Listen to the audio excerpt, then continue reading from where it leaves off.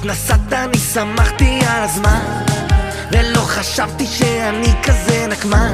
עכשיו אני לא נרדם בלילה, דבר עם התקרה כמו איזה משוגע במרפסת